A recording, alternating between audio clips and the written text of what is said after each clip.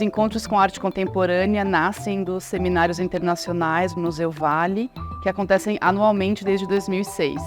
A ideia em realizar os encontros é proporcionar diálogos, trazendo profissionais de diversas áreas, como arte contemporânea, filosofia, política, e abrir diálogo para diferentes públicos do Museu Vale.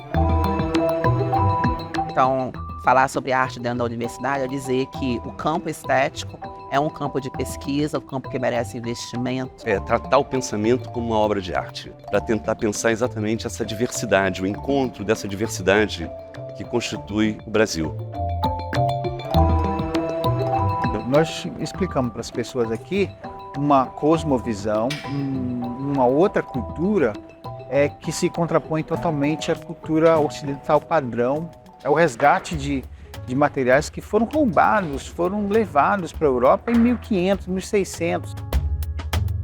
Quando você tem um processo histórico que construiu a imagem desse território, um ambiente de negatividade, você começa a não perceber mais aquele território como um ambiente que precisa de direitos, precisa de ser vigiado, de ser controlado. Então acho que tanto na favela ou no quilombo, a luta, talvez ela muda de cenário, né? Mas a resistência é a mesma. As populações desse território, elas têm trabalhado e produzido riqueza. E essa riqueza não tem retornado para essas pessoas, nem tem retornado para os seus territórios.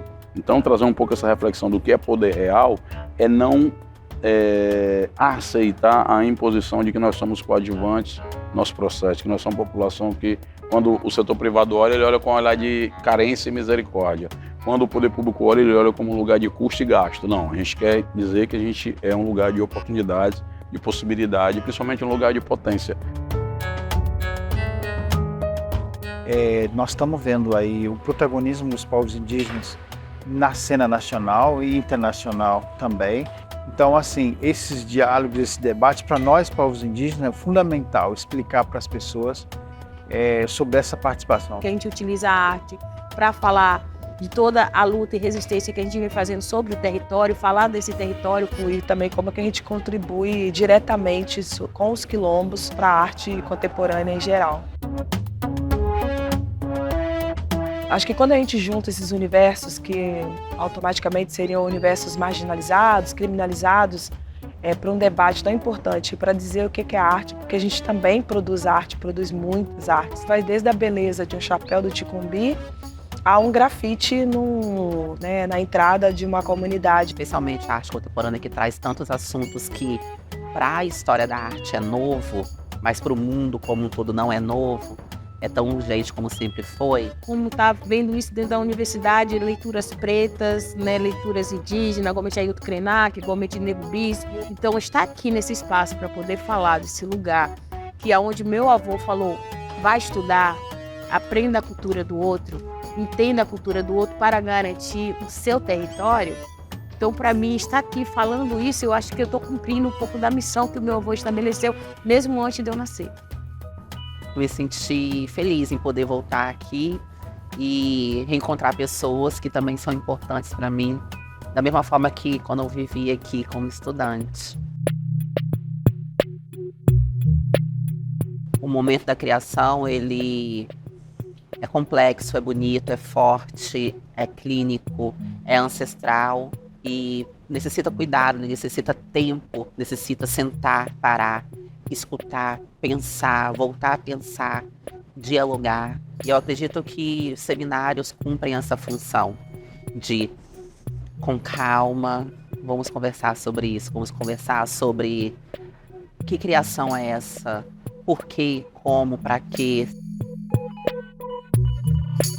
Então, quando a gente traz o pensamento para o museu e promove debates assim, pensamentos, reflexões, eu tenho certeza que quem ouviu isso é tocado, é transformado. A educação em arte necessita, no Espírito Santo, ter mais veias, mais caminhos, mais lugares possíveis, para a gente conseguir criar mais ateliês, mais escolas, mais professores, mais alunos. Então, a gente pensou nesse tema exatamente para fazer um encontro dessa diversidade, pensando a encruzilhada tanto como esse lugar do encontro, como também um lugar do encantamento. Esses encontros de pensamentos e perspectivas diferentes, né? E que a gente possa, inclusive, encontrar coisas comuns e valorizar essa diferença, porque nessa diferença que a gente cresce. Então, acho que para mim, sempre um aprendizado. Encruzilhada será e sempre foi uma coisa muito boa. Porque no processo da escravização, as encruzilhadas serviam para alimentar os negros e negras que faziam o processo da fuga. Então, eu acredito que a encruzilhada ela é um processo de unificação de caminhos. E Exu é o senhor da encruzilhada, é o senhor do diálogo, da fala, da comunicação. A caipora, para mim, ela é esse guia, que vai sempre dar um caminho pra gente.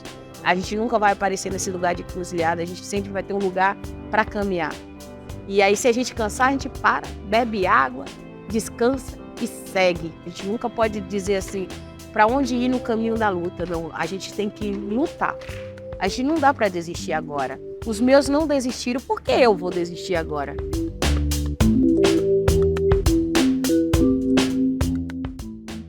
Somos protagonistas, produzindo outras narrativas, produzindo outras histórias, e principalmente tentando apresentar para o Brasil potências de um território que, mesmo o Brasil excluindo ele, é com esse repertório de soluções que a gente vai produzir um outro país. Esse debate de classe, de raça, de gênero, de etário, acho que sem ouvir os povos originários, sem ouvir a população negra, ele não vai dar certo.